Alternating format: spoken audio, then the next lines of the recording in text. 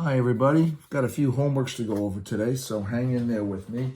We'll be okay. First part is that light refraction worksheet that you guys had to deal with.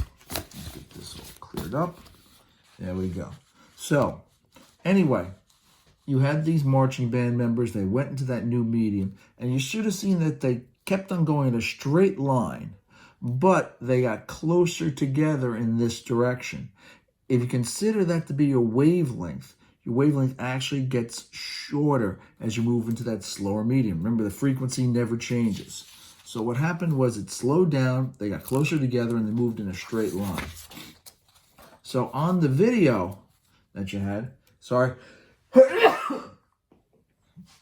the video that you had, the wavelength got shorter, the speed got slower, and the waves bent as they entered the new medium. Okay, they bent. They did not continue to go in the same line that we had before. Now, you were asked to try this again, but you were asked to set this at a high index down in this lower material. You should have had an index of 1 on the top, and we had 45-degree incident angle. And you can see how I drew this. Notice that the distances between each row got closer together because it slowed down. It bent towards the normal, okay? And that was pretty much it. Frequency stays the same. So, your wavelength got shorter. Frequency stayed the same. It got slower moving into that lower medium, and it bent towards the normal. Bending towards the normal, this would be straight. That's bending, since there's your normal, that's bending towards the normal. Okay. Let's take this other one where we reverse things a little bit. You actually have to refresh this to make it work. So we have up here, you're now in a slower going into a faster medium. Your upper medium is 1.4. Lower is essentially 1. So you actually be moving faster here. And the angle is going to be 45 degrees. And you can see it bends away from the normal. The wavelength actually gets larger. And as we said before, unless there's a Doppler shift, your frequency does not change. So, you've got a longer wavelength, the same frequency, but your speed picked up, which works out just fine. It just makes sense. Okay? And then the wave, it bent away from the normal. Back to our diagram. This would be going straight. That's bending towards the normal, and we're looking down here. That's bending away from the normal. All right, cool. We discussed Snell's law here. That's fine. I don't know how many people actually looked at derivation. I thought it was kind of cool, but I did it for you. And then this we really don't need to go over because this was all straight off the video. Pretty much just had to copy it off the video. But notice the light, as the index went up, the light slowed down, it bent towards the normal, of course, and there's a reflection that goes on too, and angle of incidence equals angle of reflection. Pretty straightforward on that. This was using the FET simulation right here, which works out pretty well. You had to drag your protractor over. That was fine. You were asked to set an angle. I set my angle at 65 degrees. I changed that lower material to medium B, and I got N1 sine theta 1 equals N2 sine theta 2 to calculate what my angle is. And N2 in that lower material turned out to be 2.53 because I had a 21-degree angle down here when I had 65 here. We all should be pretty close on this. It might vary a little bit, but pretty close. Then over here, I wanted to find the speed, N equals C over V, did a little algebra, so I had V by itself. Put in my speed of light in a vacuum, my index that I calculated here, and I got 1.19 times 10 to the 8th meters per second is the speed of light in that new medium. On the next part, right over here, you had to change the upper material to now be material B. I did exactly that. It changed my angle of refraction down here to 31. Now, I already know what my index is. It's 2.53. That didn't change. we want to find the index for the upper material. N1 sine theta 1 equals N2 sine theta 2. I got 65 degrees on the top. I know on the lower section my index is 2.53. Notice no units on it. Times the sine of 31 degrees. And I get an index of 1.44. V equals C over N. N equals C over V rearranged. And I get a speed of about 2.09 times 10 to the 8th meters per second. All right, you had a couple homework problems. First one, very simple. It was just reflection. You have a 35-degree angle here. You should get 35 degrees over here. That means the total between my incident, which is right here, and my reflected ray is going to be 35 plus 35, or a 70-degree angle between those. Pretty straightforward. The next part over here, we had air going into quartz. And you don't know what the index is in quartz, but they told you that the angle was 30 degrees here in air, 20 degrees in the quartz. Well, we're back to Snell's law. N1 sine theta 1 equals N2 sine theta 2. 1, that's the index in the air. If they don't tell you anything, you can assume it's air, times the sine of 30 degrees equals N2, which is my quartz. I don't know what that is, times the sine of 20 degrees. N2 turns out to be 1.46. The next one, very similar problem. This is 35. I've got air going into crown glass. I know the indices. I know air is 1, crown glass is 1.52. There's a 60-degree incident angle. What's going to be my angle refraction? Now, I've done it here, but let's take a look down below. Snell's law. Be careful not to mix up your indices with your angles. You want the same indices. You want 1 with the 60, 1.52 with whatever this guy's going to be. N1 sine theta 1 equals N2 sine theta 2. 1 times the sine of 60 degrees equals 1.52 sine theta 2. Theta 2 is 34.7 degrees. That's pretty straightforward.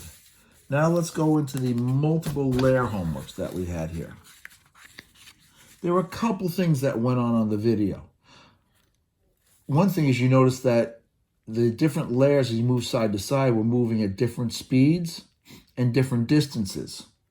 I think the oil layer moved a little further than the layer in the water, and above moved the least. The other thing is you had some magnification going on. This was clearly magnified in the water and in the oil, a little more in the oil. But that was pretty much it that was going on. And you could see it looked like it split apart as it goes through there. I wrote the thermometer above the oil was a different speed and distance relative to the image of the thermometer in the oil and water.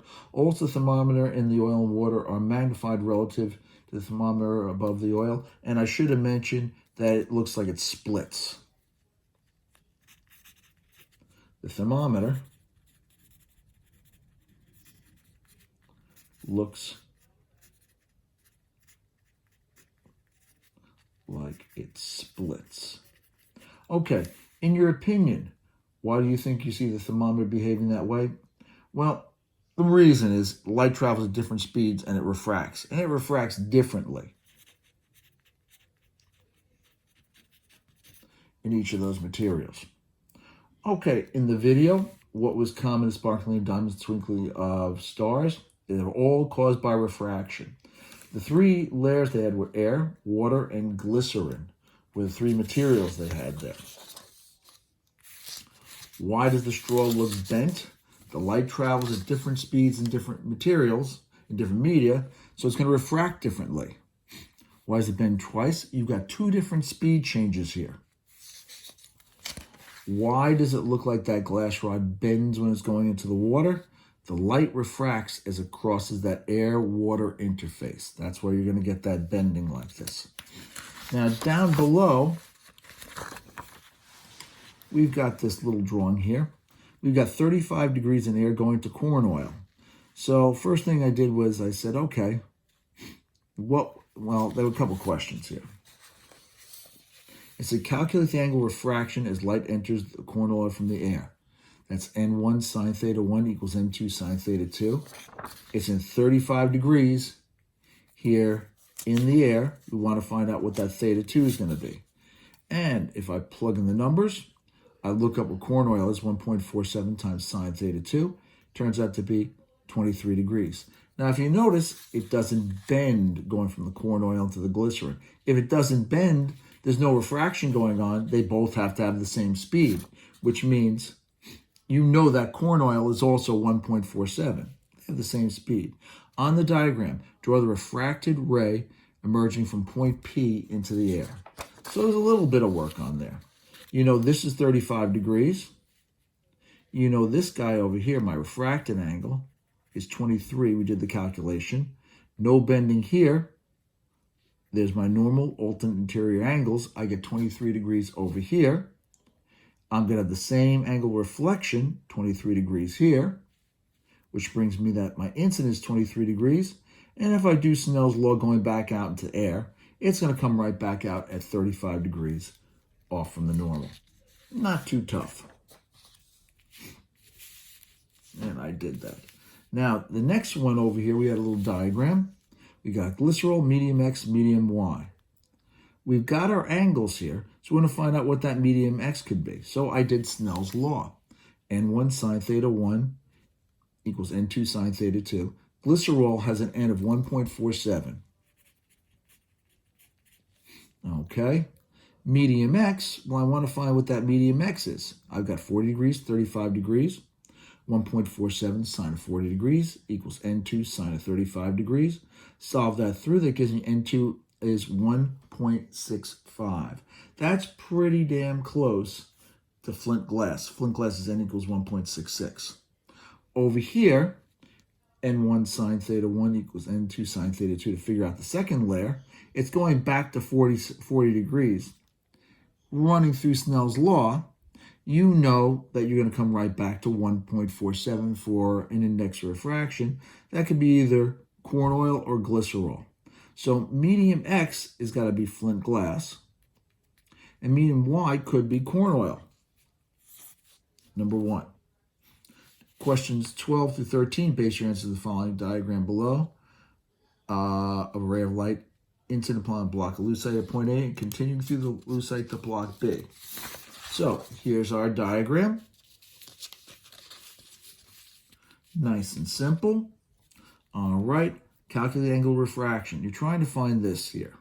So just Snell's law, N1 sine theta 1, that's air, sine of 60 degrees, equals 1.5 times sine of theta 2. Theta 2 is going to turn out to be 35 degrees. Now, passing out into B, you know this guy here is 35 degrees. Right there, that's also 35 degrees. It's going back out into air. The truth is, if these two are parallel, the surfaces are parallel, and you're going back into the same medium, it's going to come out at the same angle. But you didn't even have to realize that. You know it's going to speed up. So it can't be going straight like E or right on the normal like F. That's ridiculous. It's not going to bend as far away as C. It's got to be D. And it actually is 60 degrees if I work this out. Okay, bends away from the normal at 60 degrees. Finally, that homework assignment. Now, the first page, I used 30 degrees. Okay, you might have different numbers only on your angles. Everything else should turn out to be pretty much the same as what I have here. My speed of light in air, well, air's got an index of 1. So it turns out to be 3 times 10 to the 8th meters per second, and I used 30 degrees. I did mine. The diamond, N equals 2.42, N equals C over V. My velocity turns out to be 2.24 times 10 to the 8th meters per second. Now, there's a nice equation on your reference tables. Let me see if I find it here. And where is that? One sec. Come on, light, where are you? Oh, there it is. And it's right here. I'm going to put my computer over here so you can see it. This equation, N2 over N1, it works out because frequency doesn't change as you change mediums. N2 over N1 equals V1 over V2 equals lambda 1 over lambda 2. Makes your life much easier for that whole next column. And this all works out because frequency doesn't change. So, I used N2 over N1 equals lambda 1 over lambda 2. Don't get your 2's and 1's mixed up. They are flipped. 2.42 over 1 equals 5 times 10 to the negative 7th over lambda 2. Don't get the 2's and 1's mixed up. I get 2 times 10 to the negative 7th meters. Then after that, I figured out my angle refraction. N1 sine theta 1 equals N2 sine theta 2. Solve that all the way through. I get theta 2 turns out to be 11.9 degrees in the diamond. And so there's my diagram. It's slowing down, bends towards the normal. My refracted angle is 11.92 degrees, which means my incident going into the water is also going to be 11.9 degrees. Let's take a look at water. N equals C over V. 1.33 is my index. And so for this one, oh, how did I screw that up? Well, we'll do it right now. I think it's 2.26. Yep. 2.26 times 10 to the 8th meters per second. There's my speed. N1 over N2 because lambda 1 over lambda 2. So right here, my lambda 2 turns out to be 3.76 times 10 to the negative 7th meters. Notice the speed, hang on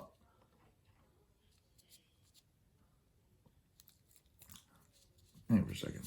I think I goofed here. 3 into 2.42 divide. That's 1.24. I'm going, that's not right. Okay, there we go. All right, that's for the diamond.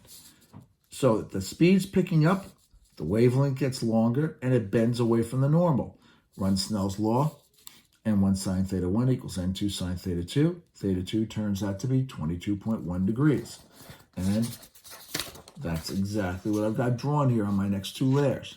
It bends away from the normal. You'll have different angles because everybody had different angles, but it's going to be 22.1 degrees for me. Just make sure yours is bending away from the normal. You should be fine if you did your math right. And on the last part of it, N equals C over V, 1.66 C, V, and let's work this out. And that's 1.81 times 10 to the negative 7th, times 10 to the 8th, excuse me, meters per second. Then again, N2 over N1 equals lambda 1 over lambda 2. Put in your indices, carry down your wavelength from above, and I get 3.01 times 10 to the negative 7th. Makes sense. Slowed down, wavelength got shorter. Do Snell's law. Once again, N1 sine theta 1 equals N2 sine theta 2. 1.33, that's going to be N1, that's going to be in the water, times sine of 22.1. That's your angle in the water, equals 1.66, the index in the flint glass, times theta 2, 17.5 degrees. And that was all the work. All right, people? I know I went through it pretty quickly, but you could always pause it and go back and check out anything that you needed to. All right, you take care. Everybody be safe. We are definitely looking at the, we can see the light at the end of the tunnel. All right, miss everybody. Hope you're doing well. Bye-bye now.